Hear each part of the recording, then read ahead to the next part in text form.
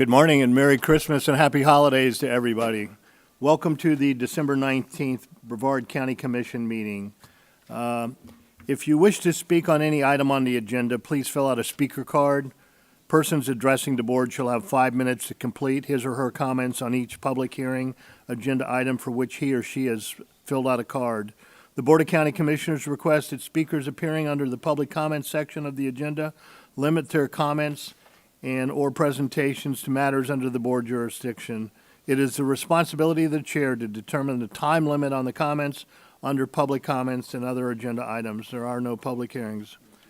Okay, so, pardon me? We do, and I was just going to call up Pastor Matt Simpson. I invite you to join me in prayer. Our Father in heaven, we open up today's commissioners meeting by recognizing and thanking you for blessing our United States of America, and more specifically, Brevard County.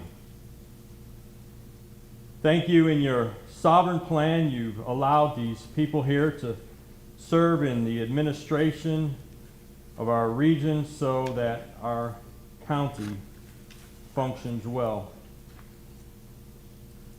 These men and women have several issues on the docket to address this morning, and I pray for your wisdom and guidance in their decision-making and administration.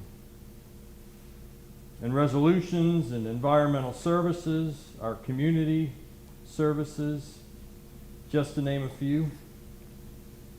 And now, Lord, we entrust all of this into your hands.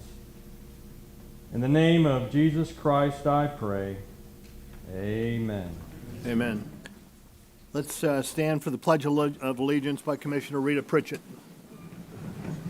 Pledge allegiance to the flag of the United States of America and to the republic for which it stands, one nation, under God, indivisible, with liberty and justice for all. Thank you.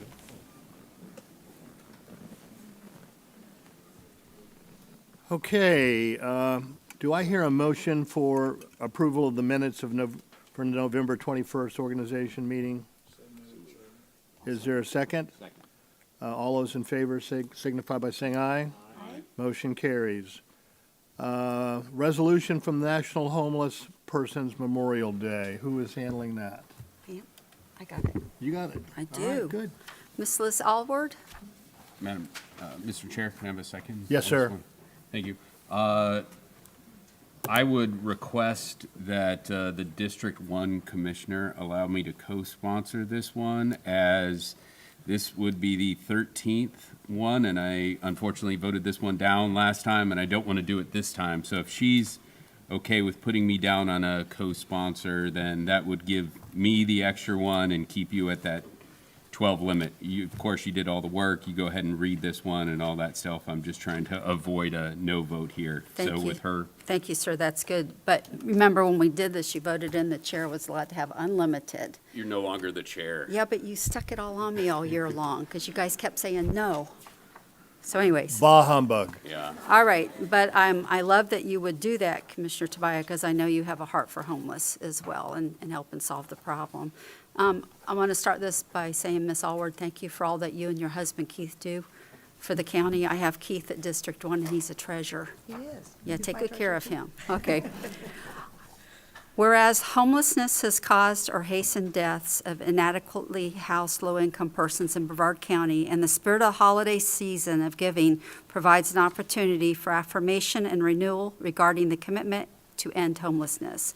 December 21st, the first day of winter and the longest night of the year, has been designated as National Homeless Persons Memorial Day by the National Coalition of the Homeless. And whereas Brevard County Continuum, I hope I said that right, of Care Coalition has planned county-wide memorial events recognizing homeless people who have died in our country. And whereas in this season of generosity and sharing, citizens of Brevard County are encouraged to commit themselves to promote compassion and concern for fellow citizens, especially those who are poor and homeless. And remembering those who have died on our streets in our emergency shelters, and in condemned or abandoned properties from conditions directly related to homelessness. The cause of ending homelessness is a collective commitment to preventing deaths in our future. Now therefore be it resolved that the Board of County Commissioners of Brevard County, Florida does hereby designate Thursday, December 21st, 2023 as National Homeless Persons Memorial Day. Mr. Chair, I make a motion to approve this. There's a motion on the floor to approve by Commissioner Pritchett, seconded by Commissioner Feltner. All in favor signify by saying aye. Aye. All opposed, nay. The motion carries. Ms. Allward. Well, thank you, Commissioners, for having us here today to recognize Monday, the 21st of December as National Homeless Persons Memorial Day, a day of recognition to all those who passed away while homeless. I just really appreciate the kind words and the resolution. My name is Liz Allward. I'm the chairman of the Brevard Homeless Coalition. We are the lead agency for Brevard County Continuum of Care with a mission to prevent and end homelessness. As we approach the 21st, the first day of winter, and the longest day of the year, I wish to remind you that nighttime is not a time of peaceful rest for those currently unhoused. Nighttime is the coldest, loneliest, and for many, the most dangerous part of the day for those with no home to retreat to. Fortunately, the Brevard Homeless Coalition has a continuum of care of providers that brings hope to those facing such unfortunate circumstances. These organizations that are behind me, just a small snapshot, provide a welcoming place of refuge to all, no matter where they spent the night, the street, a shelter, the woods. These providers are there to help. Even as we hold the memories of those who have passed, we also know many that have survived the night and found a better life. Thank you so much. So on behalf of the Homeless Coalition, the Brevard County Continuum of Care, thank you for caring, thank you for your support, and thank you for ensuring that we never have to turn anyone away. Together, we are saving and changing lives. So thank you so much. Thank you.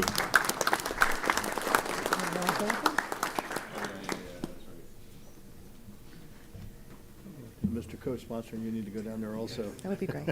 Okay.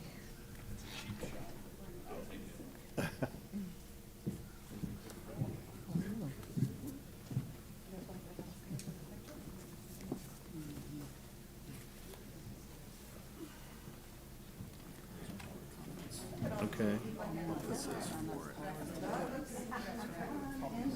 Oh, boy. Okay. Everybody look this way. Ready? Thank you.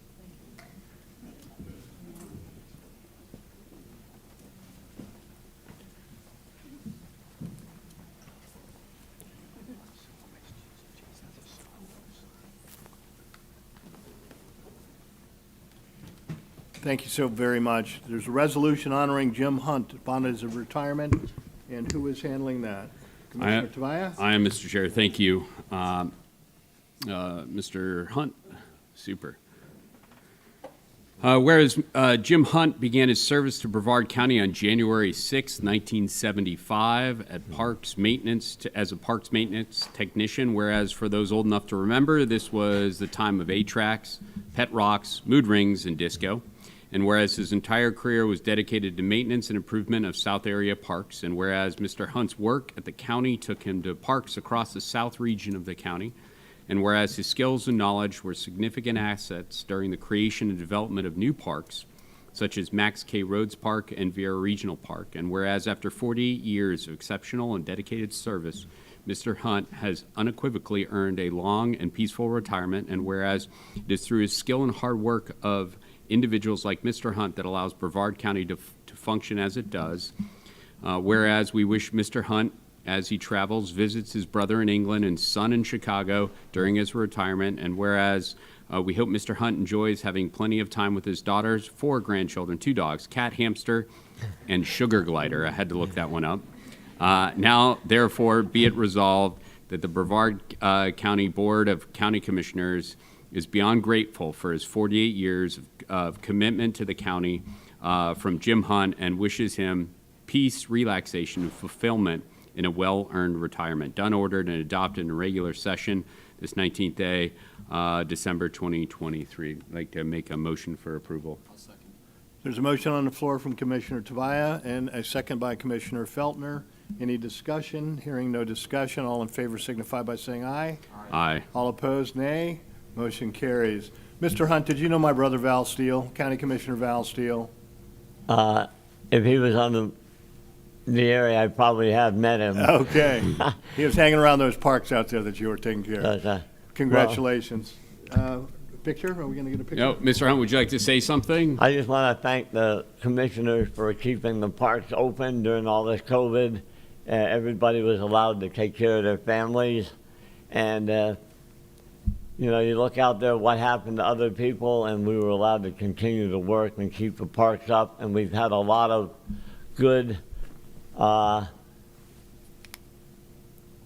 guess, feelings from people from out of state and stuff when they come to our parks. You know, they're really surprised that we have such good parks here in Brevard County. And I've always, all my years, has tried to pump up our parks so everybody, you know, that comes here from out of state or other counties know how we feel about our parks and stuff. So it's about all we can do. It's just say the best we can about our positions and stuff, and a lot of people like them. So it's apparently you're doing a good job because they are all down here in Brevard County and they all like what we have here. So it's but I want to thank you all for everything, having the opportunity to work for the county this long, and I have a great bunch of co-workers that you couldn't ask for better co-workers on our beachside parks over there. And it's, I just want to thank everybody for having the opportunity to work for the parks this long. Yeah, Mr. Hunt, one quick question here. Most people, when they retire from a job, they generally don't want anything to do with that job that they've had previously. So my question is, in your retirement, is there a park that you plan to visit as a patron instead of a worker? Oh, definitely. I'll be going by to see my fellow co-workers down at the Flutie Sports Complex on Melbourne Beach down there, because a lot of the people in the area they know who I am. I like to make the area people that I work at know who I am, so they know I'm okay there. And I, you know, just trying to pump up our parks the best I can to have people come and use them. So it's but I'll definitely be on beachside. So it's Well, thank you very, very much, Mr. Hunt. I guess we're going to get a picture now.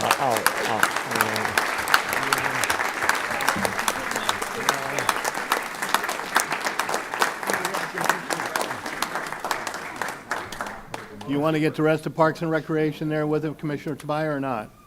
Can we move all of? We should, you guys. Well, do one first, and then we'll. Okay. Okay. Super.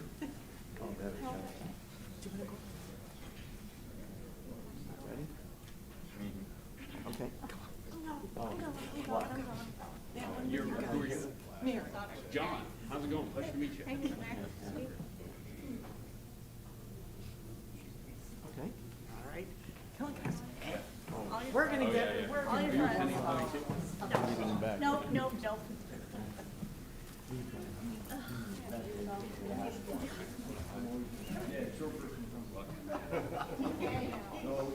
We got short people, come on now. Everybody can see me. I see you. All right, ready?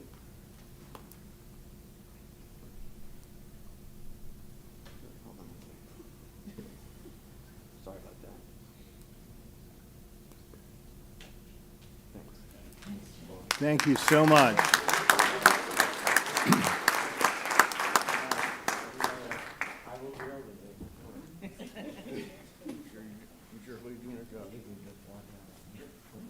I do have a couple of cards on the consent agenda that we'll pull out, but before I do that, I'd like to ask if anybody in the county commission would like to pull any consent items to discuss. Everybody good? First one we're pulling out is item F10. Sandra Sullivan, are you here?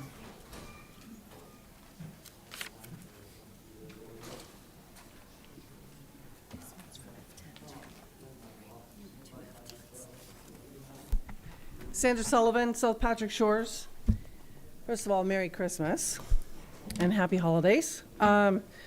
So this agenda item is about affordable housing and the giving of the projects exemptions on impact fees, particularly transportation fees. And regrettably, it's a shame that a lot of you don't attend the TPO meetings to know what kind of dire circumstances we're in. But according to your own budget, we have an unfunded $699 million deficit and unfunded capacity needs. At last week's TPO meeting on Thursday, they talked about how the budget from FDOT is only going to provide 5% of the District 5 budget is going to go to capacity needs. So you got a definite problem there. And then in talking about the costs, just this year, the cost of resurfacing has gone up 26.6%. The cost of materials for new construction, 17%. That's from the TPO meeting last Thursday. So we are under a mandate right now under SB 102 that you have to give property tax breaks for middle America housing. 120% AMI is 75% on those units. We're going to have problems with meeting this problem and then we're going to compound it with giving tax breaks on property tax for 30 years. Now, I want to just go back to where this item started in 2007, the ordinance that passed on impact fees for affordable housing. And I want to note that we learned from history, right? What was happening in 2007? We had a market high on real estate. We have market high right now in real estate. That doesn't mean it's going to stay. So I'm thinking, you know, we're talking about impact fees, all the different kinds. We're talking a very big fiscal impact. I don't see any fiscal impact analysis on this. I think that they're getting enough with property tax breaks. I think that the county should join Pasco County and other cities that are now suing our state government over the constitutional violations under the state constitution for local rule on these mandates. And the whole real estate issue in the first place was compounded by the mandate for corporations being able to buy up housing, single-family housing. It created an inventory shortage that drives price up. So for today, I'm asking you, in light of the crisis that we have on impact fees, to not approve waiving impact fees. And one more number I'll just throw out there. Port St. John, you're begging out there for trying to get money to pay for a new sewage plant. In 2018, it was $50 million to replace a plant. It's $170 million now. For fiscal responsibility to the taxpayers, we're going to get taxed much higher because of these free rides. Thank you. Ms. Sullivan, I just would like to let you know that each and every one of the commissioners gets every report from TPO, and we recognize and read them constantly. And just because we're not at the meeting does not mean that we're not informed about what TPO is doing. Thank you. So, Katie Delaney on the same subject.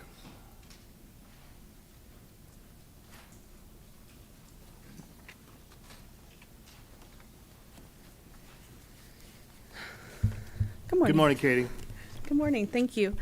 I'm also concerned about the density issues that this is going to bring.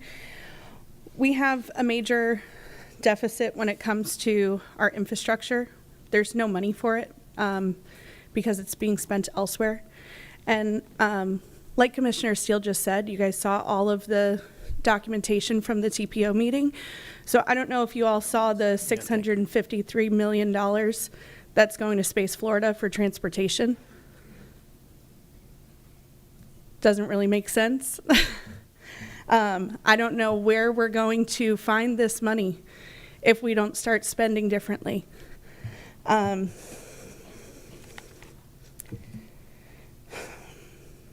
time I was here, I asked you guys to be our lobbyists. And I don't see that happening.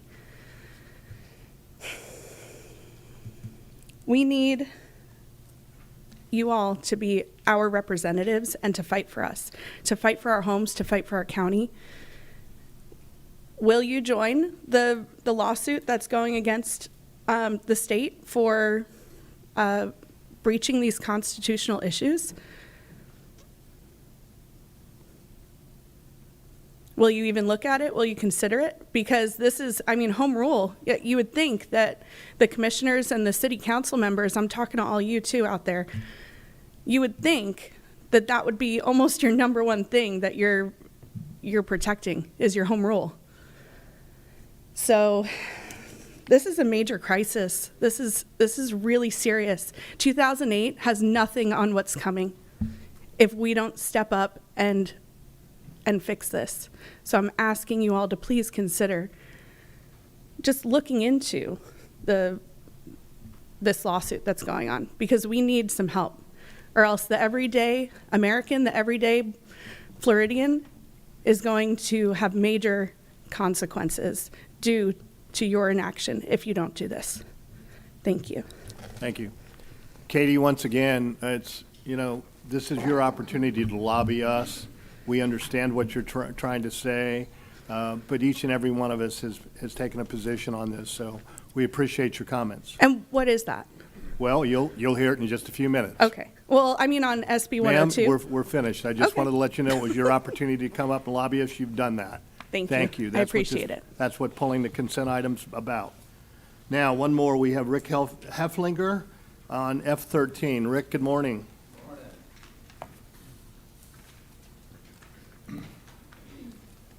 Rick Heffelfinger, 2000 Juniper, Cocoa, Florida, District 1, not a lobbyist.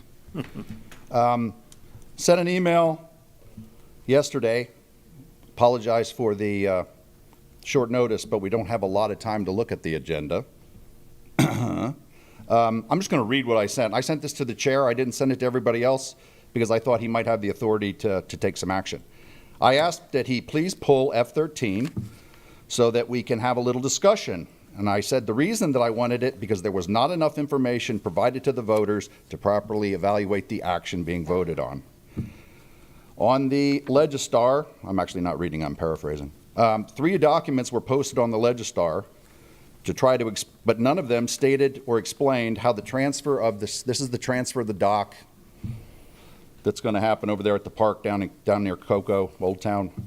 And none of those documents explain how we're transferring that or why we're transferring that, or we know that there was a interlocal agreement, and geez, first time I read one of those, it was pretty interesting. And some of it's already been transferred, but there's been problems in the past of interlocal agreements where they if you want to say that they set up a set of restrictions on what the property can be used for, we don't know if that's still an interlocal agreement going to be redone. I don't know. I know that the interlocal agreement previously was paying money to Cocoa to, I guess, help pay for the park, right? Because we share it. It's an asset.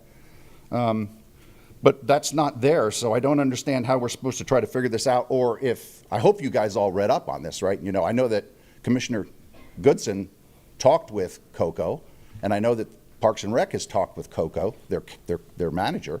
So I hope that they're aware of it, and maybe you guys could take the opportunity today to explain some of that, because, hey, if it's the right thing to do, it's the right thing to do, but I have no idea. And I'm afraid that if we transfer that asset, does that prohibit Cocoa from just, deciding we don't want to park there anymore, we want something else? I don't know that. But there's people online, I hate to say it, I go online to find my information, but I do try to check it as well. And there's a lot of people that don't know what's going on with the parks because they seem to be a county asset. We have access to them. They get transferred to a city, and then all of a sudden it's like, holy crap, that's not a park that we can enjoy anymore. It becomes a hassle.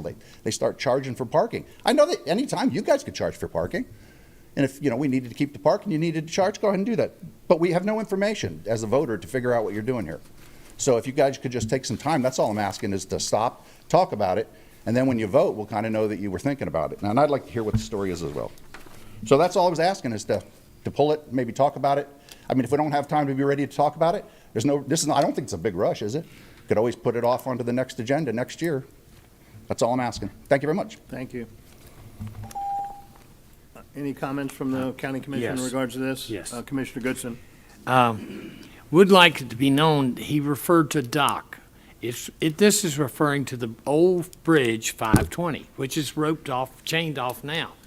It would take $1 million to get it, about $1 million to get it up to standards, my understanding, for you to fish off of it. Now, by the Lee Winter Park was given to the city, but they can only use it for municipal use or parks and rec use. They cannot use it for anything else. So therefore, the same covenant would apply to this fishing pier they want. That's what we're voting on today, is giving them the old bridge, which is blocked off, which you can't use now. Now, what they are going to do with it is their call. Yes, we pay for the parks in Cocoa. We pay about $800,000 of the park fees that maintain the 8 city parks. So all that being said, we have reviewed it.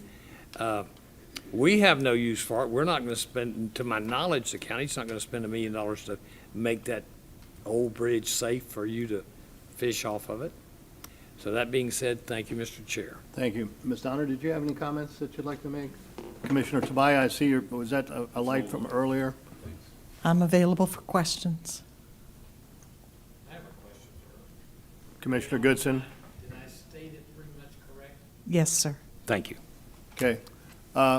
Rick, I did get your email, and it's, obviously, I can't answer all of the questions for staff, but we were in briefings, and I did receive all of the briefings on it, and it looks like it's in the best interest of the county to move forward with this.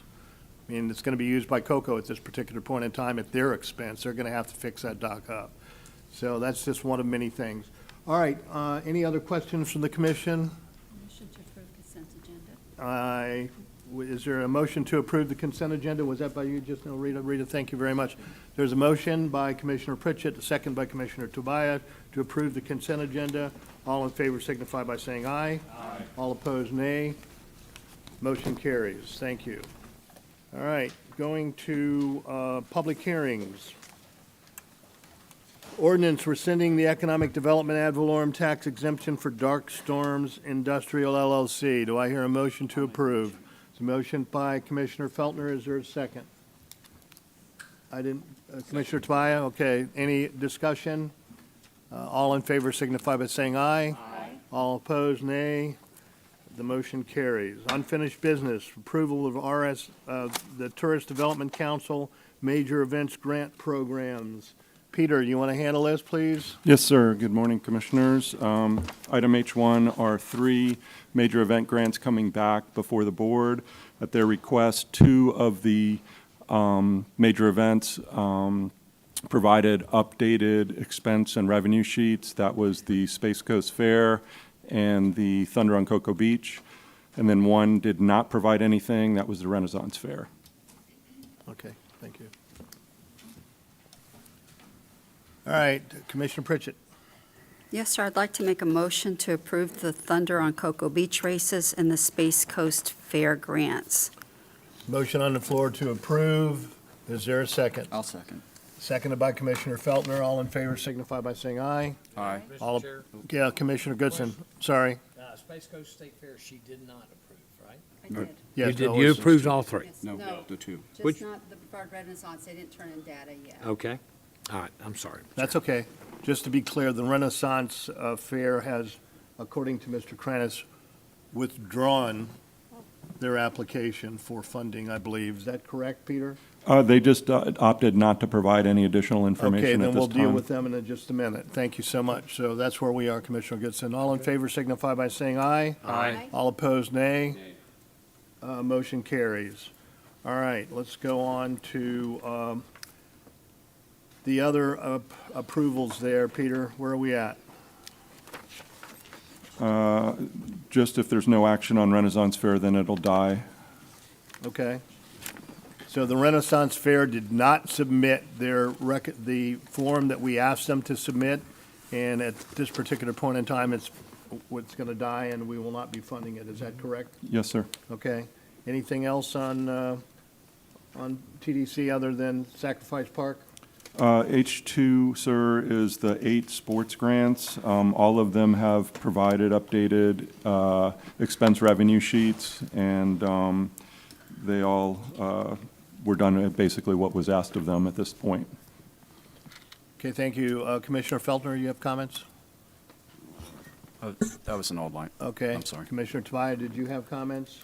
I did, Mr. Chair. This is one page. Everyone has this email, but there was just one part of the email that was a little troubling. First of all, I want to acknowledge that the requested budget corrections were made consistent with the format provided or requested by Commissioner Pritchett. The basic math was completed. However, my issue still lay with the USA Beach Running Championship and Cocoa Beach Triathlon and Duathlon applicant. That person, Mitch Farnes, previously declined to provide revenue, stating that they were proprietary. This is absolutely hogwash. I knew this at the time. Now clearly Mr. Farnes does too, as he turned over those requested numbers. And I think I would have let it go there, but unfortunately it continues. One of these lines excluded was for sponsorships in the amount of $3,000 for Beach Running Championship and $5,000 for the Cocoa Beach Triathlon and Duathlon. The idea of a sponsorship is to get the name out, not keep it hidden. His organization is losing money, so obviously he hasn't figured this portion out. Here's my issue and what was passed out here. And I don't know what's more ignorant here. One, intentionally sending an email to 4 of the 5 commissioners. Number 2, admitting in writing, and that's what was just passed out here, that you sent an email to 4 of the 5 commissioners. Or 3, thinking that the 5th commissioner would not become aware as it's a public record. We operate in the sunshine, and I despise this type of poor behavior. If the board votes down USA Beach Running Championship $6,000 and Cocoa Beach Triathlon $12,000, I'm willing to do something I have never done before and vote for every other sports grant. That's how much I think that this behavior is, how bad I think it is. So that's my comment, Mr. Chair. You have the email here with the applicant leaving out all of us and yet asking us for whatever it is, more than $10,000. Is that a motion? I didn't, it was not in a motion form, but real fast, is Mr. Varnes here today? Peter, do you have any other comments in regards to that? No, sir, I'm not aware of Okay, anything I'm else. Yeah. please, if you would. Okay, I didn't expect. So I would like to make a motion, I'm sorry I don't have this written out, to approve all sports grants minus USA Beach Running Championship and Cocoa Beach Triathlon and Duathlon. Okay, is there a second? Commissioner Goodson? I have a question. Yes, sir. A comment. Commissioner Tobias, I find that motion to be excellent. I'll second it. Okay, well, that's good. Now, any other comments? There's a motion on the floor by, Commissioner Pritchett? You think I'm ignoring you today? No, I just. I'm old and I just can't see. See, that's what the problem is. It's not easy, I know. A quick question. I really don't like the email that went out myself and excluding the commissioner, because we have to come together and make decisions on these things. I don't necessarily not think they're good events, but I think we're trying to get this a little bit tighter on how we give out, taxpayer dollars as far as these grants, and they're large grants. So Commissioner Tobias, I'm going to support you on this today, but I do want to make the statement that these running events are good events, and they do put people over here in beds, but I just think the way that we're putting in for these funds actually could be better by people asking for the funds. That was my comment. Any other discussion? There's a motion on the floor to approve with the restriction on the events that Commissioner Tobias mentioned. All in favor signify by saying aye. Aye. All opposed, nay. The motion carries. All right, Juliet, do you want to come on up and talk about Sacrifice Park?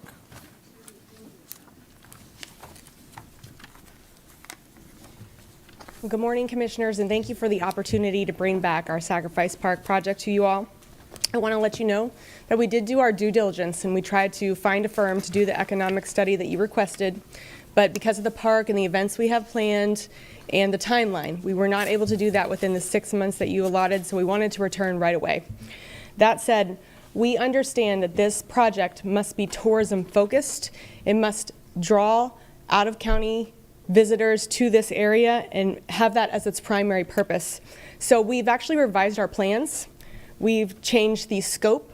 We've added either an event pavilion or an amphitheater. We're still working that out. And we've also worked with our law enforcement partners and community partners to do some event planning so that we can ensure that we are bringing large events to Sacrifice Park, to Brevard County, attracting out-of-county visitors and generating overnight stays. That's all in your packet.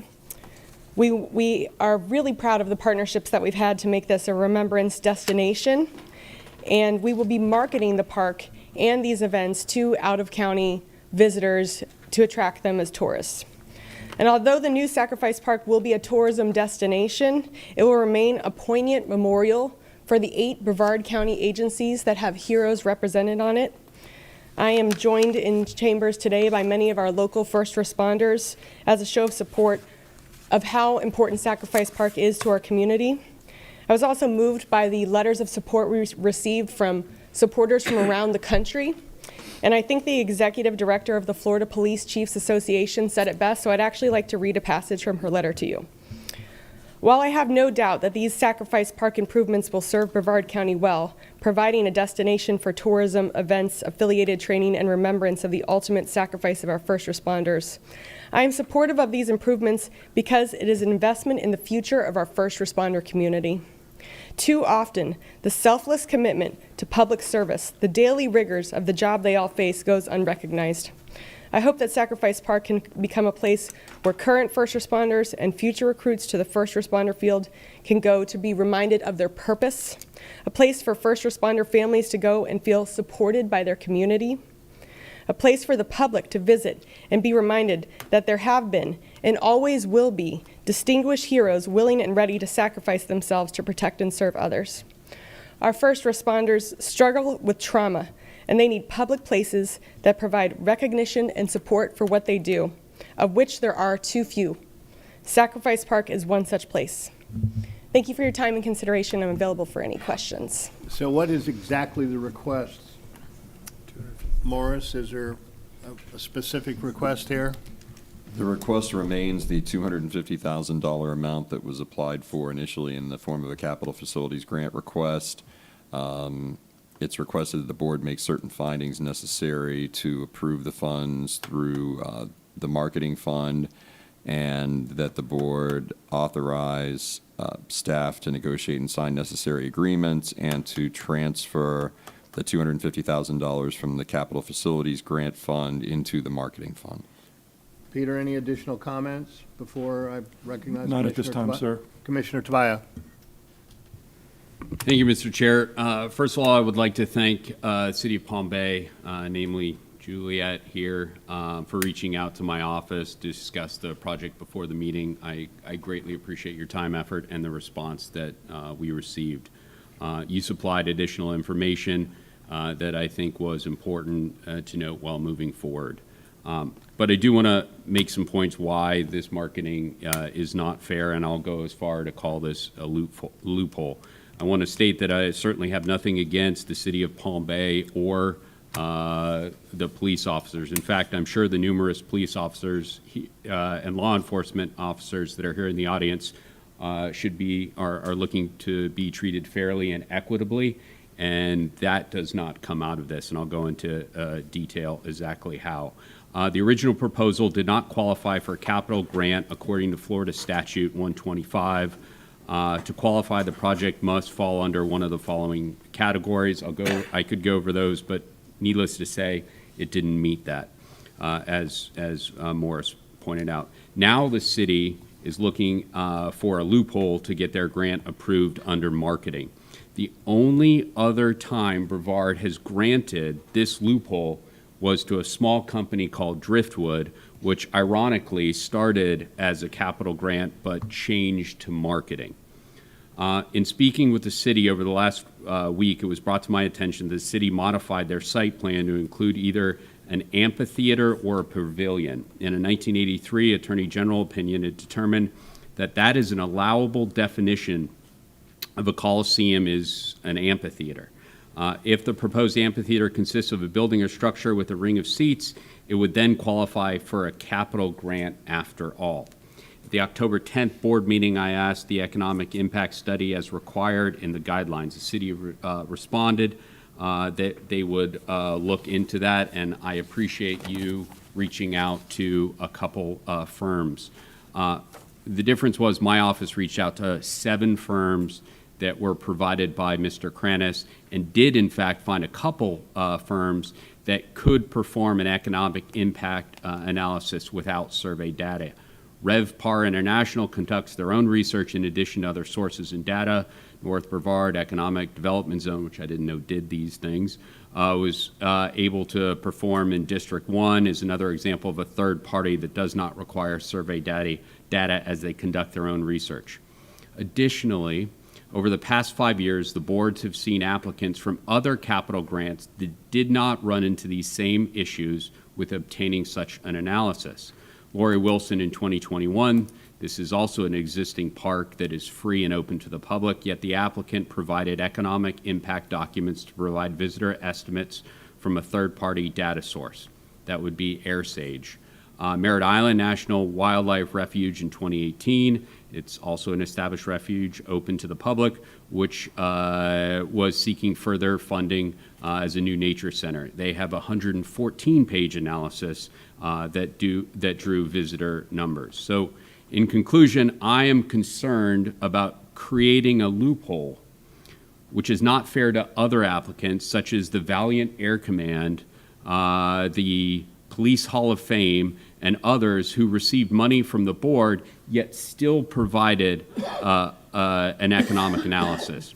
Now, this is where this gets pretty important. If we approve this, this creates a wide enough loophole that there's no need to have a capital facilities grant program whatsoever. If we're allowing this organization to get away without providing such a analysis, then again, there's no reason. Going back to marketing grants, which this would fall under, we have a cap right now that is $75,000. This organization is asking for multiples of said cap. I have no problem with the $250,000. It may be a wise investment, but without a third-party analysis of which other companies are more than willing to provide, I don't think it's a good gesture at this point. Nothing against law enforcement. I appreciate all of them being here, but I think we should treat them the same as every other organization that comes up here. I certainly hope that law enforcement, when they're doing their duty, treats everyone with the same equity as we do up here. So that's my request. Give them more time to come back with an analysis. I'm more than willing to share the data and the timeframes can be met to and hold the $250,000 until such a time that we have a third-party analysis to turn over $250,000. Thank you. Commissioner Feldner, did you have comments? The information that you sent us for the amphitheater and you spoke about a pavilion, can you speak more in greater detail about those? How many people they would accommodate? What kind of events you anticipate there, that sort of thing? Sure. I'll do my best. The original plan that we brought you back in October was essentially replacing the existing pyramid structure with a revised memorial and obelisk, but leaving the remaining 4 small pavilions that we have on site there, which are not suitable for hosting any kind of large events. So what we're doing instead is we're going to actually pivot the memorial 90 degrees to the east and remove the 4 smaller pavilions and replace them with a large one on the west side of the parcel, which will open up all the green space in between so we can set up tents, tables, chairs, things like that. As far as size and capacity, I don't have those figures for you, but I can tell you, for example, one of the activities that we want to have an event there would be for our Patriot Games, which is an event that our police department hosts at our range, our regional emergency response training facility, which is 10 minutes down the road. They have opening and closing ceremonies. They have about 300 participants and spectators. So that's the kind of capacity we'd be looking to host at the park. I ask these questions because I think Brevard has a space issue, ironically, with hosting a multitude of venues. And so I think municipal government, in some instances, even the free market is doing this now. We have Space Coast Daily Park in Vieira that will host them too. I do think that you could host many festivals and such if you're willing to do that on that site. Is that the plan? That's the plan. Some of the other events we want to host, for example, would be a first responder focused art show, where we could have vendor tents set up focusing on art that would be appealing to the community and have that niche that would fit into the obelisk structure that we're also going Would to you host erect. some of these festivals, like these food festivals and some of these other things that come through in the spring? Yeah, also? and we have ample parking. We have plenty of parking along City Hall. We have outdoor restrooms actually built into our council chambers on the exterior that we can open. So we actually host events right now on campus all the time. And speaking of, to your point, right now we're utilizing a very small square of green space that we have on our City Hall campus, which we're bringing to our commission next month an award of a 39,000 square foot building that's going to go there instead. So we want to have green space on our campus as well as a central location. It's a joint city-county parcel as well, so it's connected to the DeGroote Library, so there's opportunities to do partnership events with them as well. Okay, thank you. Commissioner Pritchett, did you have comments? I did, sir. Thank you. Commissioner Steele, this is in your district, so a lot of what you say, if you say you don't want it, I won't vote for it. But looking at the project, and we have the Police Hall of Fame up where we are, and the events that end up coming when they have their events for law enforcement overwhelms our area with the tourism that comes in and the hotels filling up. So I think it's a good project. I'm glad we took a pause and made sure we had all our ducks in a row. As far as marketing, I'm guessing you're going to spend a lot of money on marketing to fill up the event. You have to do all these mailings all around the country to law enforcement officers. So I like the project, and I'm also one very high on equity of the dollars, and District 5 is very low on getting funds as far as things that we can increase tourism dollars. So anytime we can get these out areas of our county that needs to spruce up how to get more tourism dollars in, it benefits the whole county.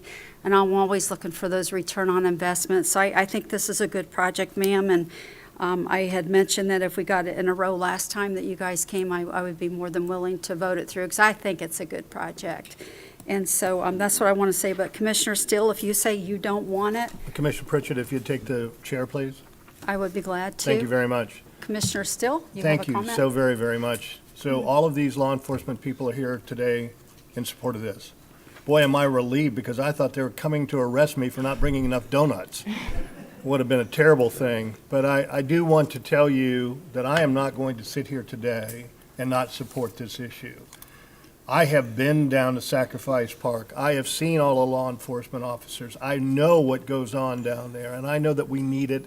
And it's not been fair for Palm Bay or the south end of this county not to be receiving funds. So with that, with all of these wonderful people here who protect our lives on a daily basis, Commissioner Pritchett, I'm going to move for approval of the grant. We have a motion to approve. Do we have a second? I'll second. Second by Commissioner Feltner. All in favor, say aye. Aye. Opposed? Nay. Passes. Thank you very much. 4-1. Thank you. Merry Christmas. Thank you, everybody that's out here that protects our lives on a daily basis, and we appreciate you more than you know. Thank you so much.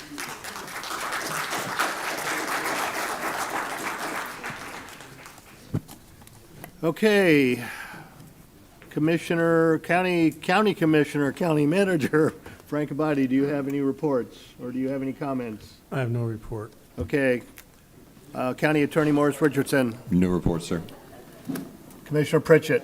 Yeah, I just want to mention to everybody, I hope you have a wonderful Christmas break and that you have time to spend with family and friends and that you have an ability to bless somebody in your life. And I just really hope you have a wonderful Christmas. And if you need us, our office is open. Give us a call. We'd be glad to help you with anything you need. God bless you all. Commissioner Goodson, No report, sir. Commissioner Tobias. Aha, Thank you, Mr. Chair. Vice Chairman. Appreciate it. Today is National Oatmeal Muffin Day. Useless Florida fact. Jacksonville is the largest city in the continental United States by land area at 804 square miles. With 300, Jacksonville also has the largest network of urban parks. This day in Florida history. We have a new thing here after reading the last one. It's always has to be positive, or at least not too negative. On this day in 1939, the British light cruiser Orion fires at a German freighter, violating Pan-American neutrality zone. The German anchored ship is at Port Everglades, where it remains for the next 20 months. And most importantly, county employee recognition is Cindy Rawson. Wow. Okay, I've got Cindy. Cindy Rawson, IT Special Project Coordinator over telephone systems for Brevard County, is retiring after 30-plus years of public service, which sounds like a lot until Mr. Hunt had 48. So any other time, it's a long. Now not so much. Cindy has been coined the, quote, voice of Brevard by those who've known and worked with her over the past years because she is cheery. Her cheery voice recorded. One would be greeted when you call a county department. Then her reassuring voice would help navigate you through the endless maze of annoying menu prompts. Cindy was born and raised in the Buckeye State in a small town called Vermilion. As a young adult, she first moved with her family to St. Cloud, got married, and moved to Houston for a few years. Then in 1988, settled back in Merritt Island. A little history about Cindy. In 1988, Cindy started with the Facilities Management Department as an accounting clerk at the Merritt Island Service Complex when 4 people shared 2 computers in the office. Plus, there were no emails, instant messaging, phone voicemail, nor caller ID. Everything was done through paper. Cindy's voice was also chimed over the PA system to announce when it was 5 p.m. The Viera Complex was a small model on a conference room table. In 1991, Facilities Management moved from Merritt Island Complex to a new government center in Viera. The government center and school board were the only buildings out here surrounded by farmland and cows. There were no restaurants nearby, just McDonald's and Nicky's. Stadium Parkway did not exist, so imagine the folks coming from the north end of the county had to go through to get to this location, and Lake Andrew Drive only had 2 lanes and no traffic lights. In 1995, the Information Technology Department was formed in Government Center North in Titusville, and Cindy was transferred to that department along with the telephone system functions. There were this was around the time workers were using beepers or pagers, and there were plenty of payphones at each park and library. In 1998, the IT department was then moved from Titusville to the Government Center in Viera, and Cindy became their special projects coordinator over the telephone system. She soon was thrown into the fire as Florida was under a state of emergency event in 1998. Florida firestorm wildfires spanned across several counties, including Brevard. Cindy was heavily involved in assisting with the communication set up for the emergency response team that came in across the United States to help with this event. When the phone auto attendant system came along and no one wanted to do the recordings, that was when Cindy became, quote, the voice of Brevard. During Cindy's 10 years, she's been involved with many new constructions, such as, to name a few, the South Service Complex on Coogan and Palm Bay, 5 new libraries, 6 new fire stations, and 13 new community centers. The pointless stat, so over the 30 years, Cindy also provided telephone services to the past 5 county managers, 28 county commissioners who came and went. It is now kind and bittersweet, but harmonic coincidence that Cindy's final hurrah, then as the county moves into this new technology, voice over internet protocol, VoIP. Cindy has have been involved with replacement of the same legacy telephone system and auto attendants she helped build 30 years ago. Cindy can proudly look back and hang her hat on that. Her coworkers in the IT department will miss her infectious laugh, good cheer, and friendship, not to mention her delicious Nana pudding. They say, thank you, Cindy, for your service and friendship. We say the same up here for the 30 years. You will be missed. And the IT department has a plaque up here. If we can, Mr. Chair, if we can Yes, get a picture with the IT absolutely. department. Cindy, please come on up. Bring some of your pudding. Are you gonna take a picture? Pardon me? Are you gonna take a picture? Yeah. Let's all go down. You want to all go down? Yeah, absolutely. Come on, sir. Let's go this way. Cindy has many pictures here. I know. Your name's on it. You're the chair.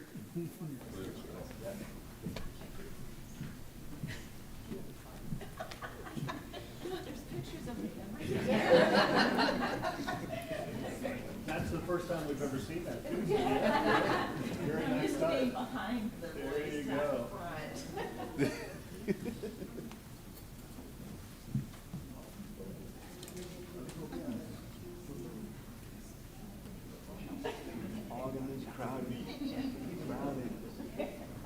Step outside, you can see it. You can see it real. There you go.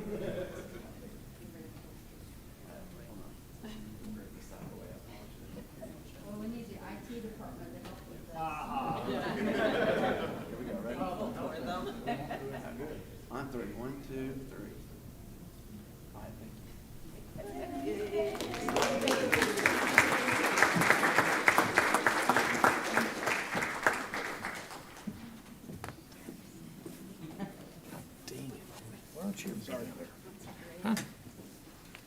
You're a vital, important part. Gotcha. Commissioner Tobias, are you finished with your live? Yes, Vice Mr. Chair, Chairman? thank Okay, good.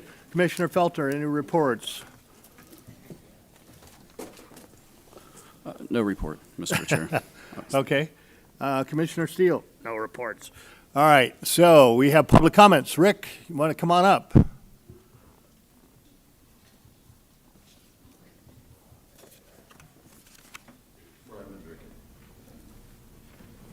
Yeah, Rick Heffelfinger again, District 1, Cocoa, Florida.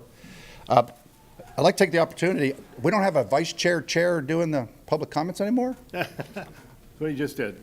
Oh, okay, but he did that under his board reports. Okay, Correct, that that's was right. that was very helpful. I kind of want to use this opportunity to kind of summarize the meeting.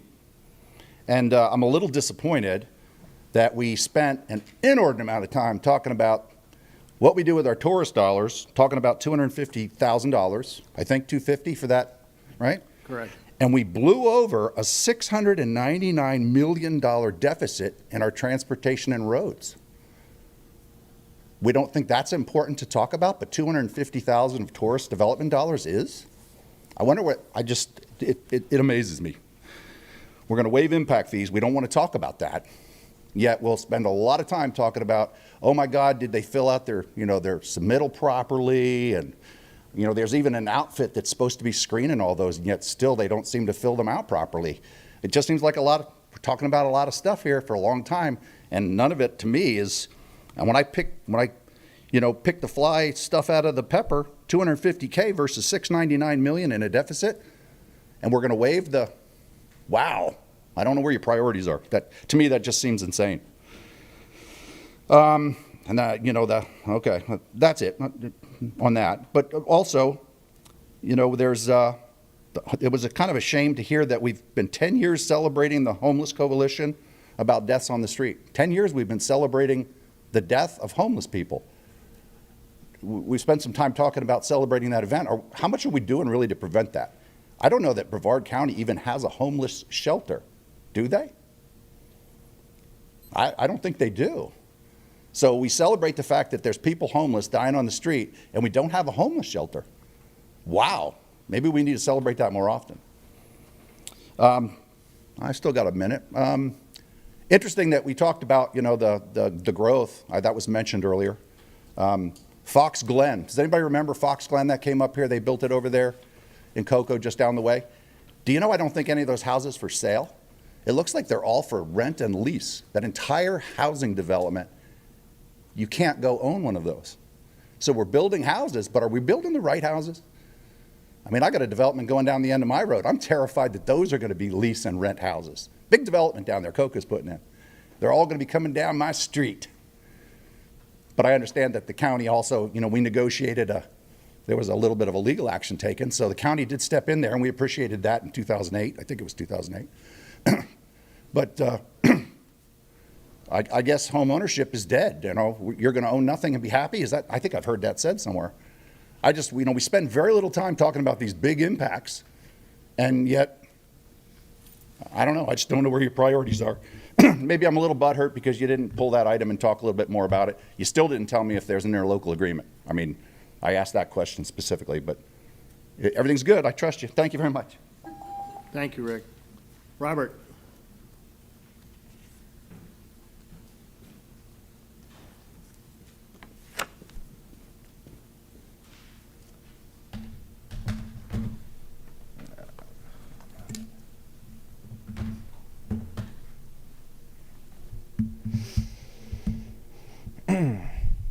Good morning to the esteemed chair and to the Board of County Commissioners. I want to say happy holidays and thank you all for being here. Today I'm here to talk about well, first I'd like to say I'm not a lawyer. Don't take this as legal advice. I am not in any way trying to misconstrue my position here. I'm in representation of my client, but this is not legal advice and I'm not an attorney. Okay, with that, I sent out an email to, I believe, every one of the commissioners in a blind carbon copy to avoid sunshine issues. In that email, it states this is an issue with G9 on the last zoning meeting, which I have to say thank you to the chair for not approving those minutes. I saw that you approved the organizational meeting today, but not the minutes for the zoning meeting, so thank you for that. With that, I hope that this message finds you well. This is the email. I wanted to bring to your attention certain aspects during the recent zoning meeting. Item G9 concerning Florida and NC Investment Properties, LLC, request for a zoning classification change. So I believe there was a misrepresentation in the RR1 to AU zoning reclassification with what would be agriculture or birds and exotic birds. So under this recent legislation, going down to Florida Statute 823.14, Section 3, subsection C, the law dictates that activities involving animals useful to humans, including agriculture, can qualify for agriculture exemptions provided they serve a function beneficial to humans. Affidavits submitted by experts in an AGO during legal motions indicated multiple purposes served by agriculture, such as companionship, conservation, education, entertainment, and align with the state's definition of useful to humans.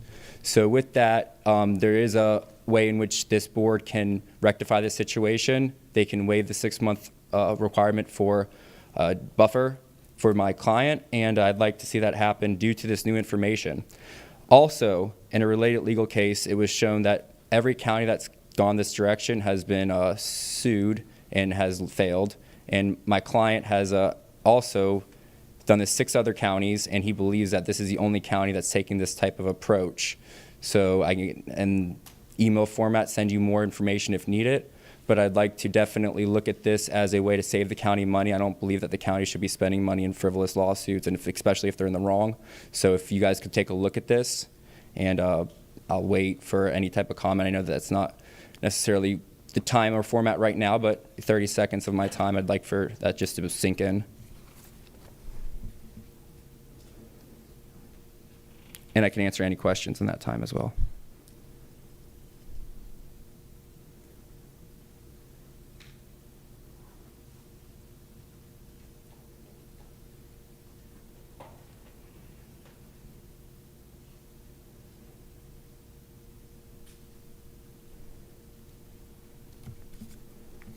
Thank you. Thank you, Robert. Robert, we are well attended with attorneys and people that look at all of our legal facts and things that we do here. So as much as I appreciate your comments today, threatening this county commission with a potential lawsuit's probably not in your best interest. Not threatening, sir. Not in any way. We're trying to say that was where you were leading, Robert. And so I would just say to you that if you'd like to reapply for a zoning request, let your client do that. But in all fairness, we're well attended with attorneys and know what we're doing, so thank you so very much. All right, well, They're well paid. Mr. Chair, we did approve both of the minutes tonight. I'm pretty certain. Thank you. Thank you. Yeah, we did approve both the minutes for the. the first one, yes, sir. Okay, well, thank you. All right, David Avila. No David Avila. Sandra, come up. Did you have something else? You just wanted the cards? Thank you. I'm so glad I've got you two on by both sides because it's actually making me look like I know what I'm doing, which is very hard to do. Sandra, how are you? Go ahead.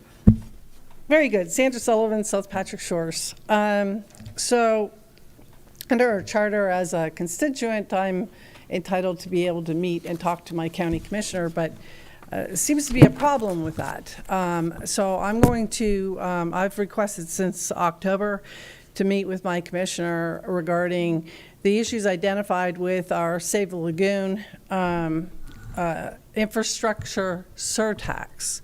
I've not been able to get an appointment, so I will be following up with the chair and requesting an appointment with the chair to address this issue.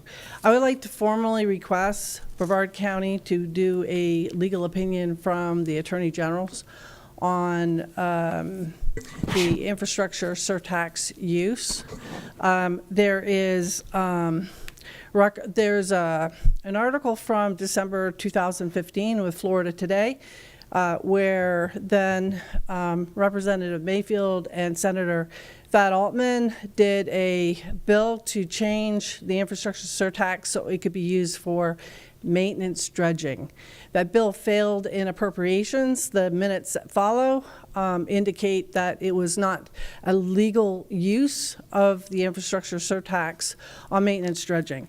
I have been very concerned about the use of the tax for muck dredging since the inception when we had Hurricane Irma that dumped 20 million gallons of sewage and all the talk of infrastructure needs, and then digging into the lagoon plan, find that 66% of it was dedicated to maintenance dredging.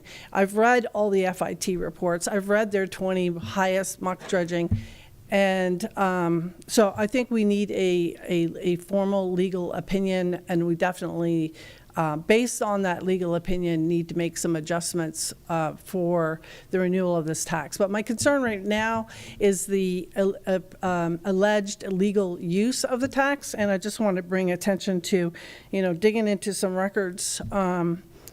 I found that Commissioner Pritchett was appointed as director to the Brevard Nature Alliance, which reads like a who's who of the lagoon people. This was in 2016 before the tax passed and the year after. So you have St. John's River Water Management District, Robert Day on that board. You have Virginia Barker on that board, and a lot of other Dwayne DeFreeze, a lot of other notable things. So while I attributed some things to ignorance in the past, I'm now inclined to think that this is by design. And your actions as a board, and whether you pursue this legal opinion or not, will speak very loudly, given the excessive propaganda that is currently transpiring in response to my exposing these issues. Thank you.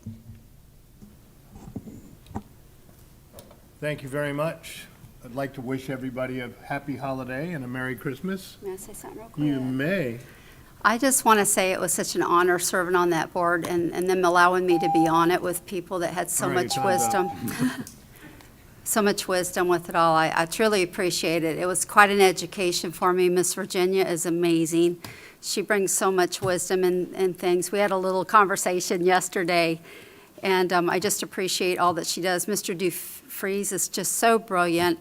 And the lady that used to run that, she passed away years ago, Miss Rita. She was just a wonderful person. So I just want to mention that because she brought that up, what an honor it was to get to serve on that before I sat as a county commissioner. And Miss Virginia, thank you for all that. Thank you for all you continue to do. Thank you. By the way, Rick, we are going to be having open public budget hearings sometime this next year. So if you have questions or want to attend those meetings, it will be open to the public, and that would be the time that you can address some of the concerns that you might have. So just wanted to let you know that. So once again, Merry Christmas and Happy Holidays to everybody, and we appreciate everything you do. Do I hear a motion to adjourn? So moved.